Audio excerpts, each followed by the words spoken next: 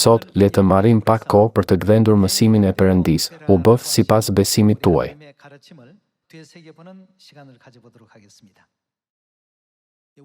Kur mendojmë për atë që na duhet më shumë në jetën tonë të besimit, mund të themi se është vërtet besimi.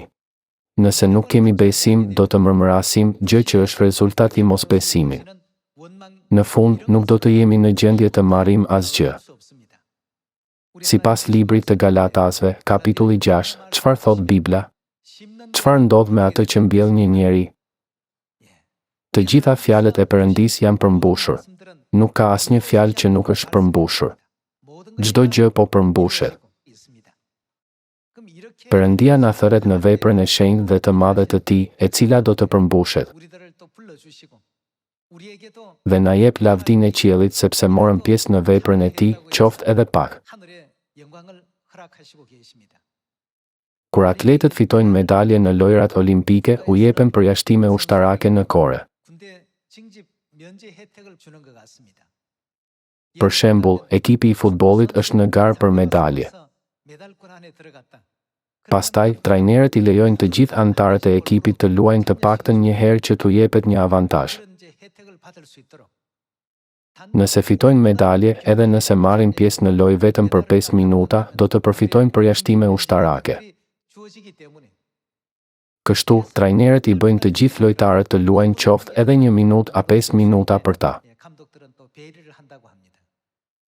Predikoni ungjillin, lajmin e mirë të jetës, për mbar njerëzimin. Me që Perëndia na e urdhëroi këtë, kjo me siguri do të përmbushet, apo jo?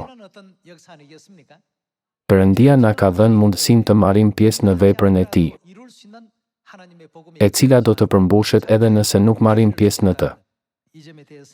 Nuk mund të mos falenderojmë dhe lavdërojmë Atin dhe Nënën për këtë. Gjithashtu, ndërsa ai na lejon të marrim pjesë në Ungjill, çfarë na jep ai sipas librit të Filipianëve kapitull 4? Ai na jep edhe forcë. Ne nuk mund të bëjmë asgjë me forcat tona. Megjithatë, Perëndia u jep forcë të gjithëve që besojnë dhe ndjekin vullnetin e Tij, që të bëjnë gjithçka nëpërmjet Perëndisë që u jep forcë. Ai lejon të bëjnë gjithçka me forcën që Perëndia u ka dhënë. Edhe ne duhet të besojmë këtë fakt. Gjithashtu, ajo që na nevojitet absolutisht është besimi. Ata që mbeten në Sion deri në fund duke ndjekur kudo që Perëndia i udhëheq dhe që janë të regjistruar në Jerusalem. Çfarë do të ndodhë me ta në fund? Është shkruar që do të quhen të shenjtë. Ata janë njerëz të shenjtë të Perëndisë.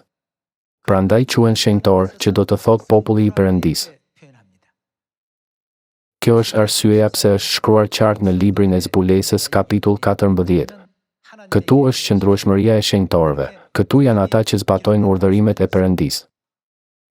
Nëse kemi besim në Perëndi duke besuar në të, çfarë ndryshimesh do të ndodhin në jetën tonë të përditshme, rreth nesh dhe në fushën e Ungjillit?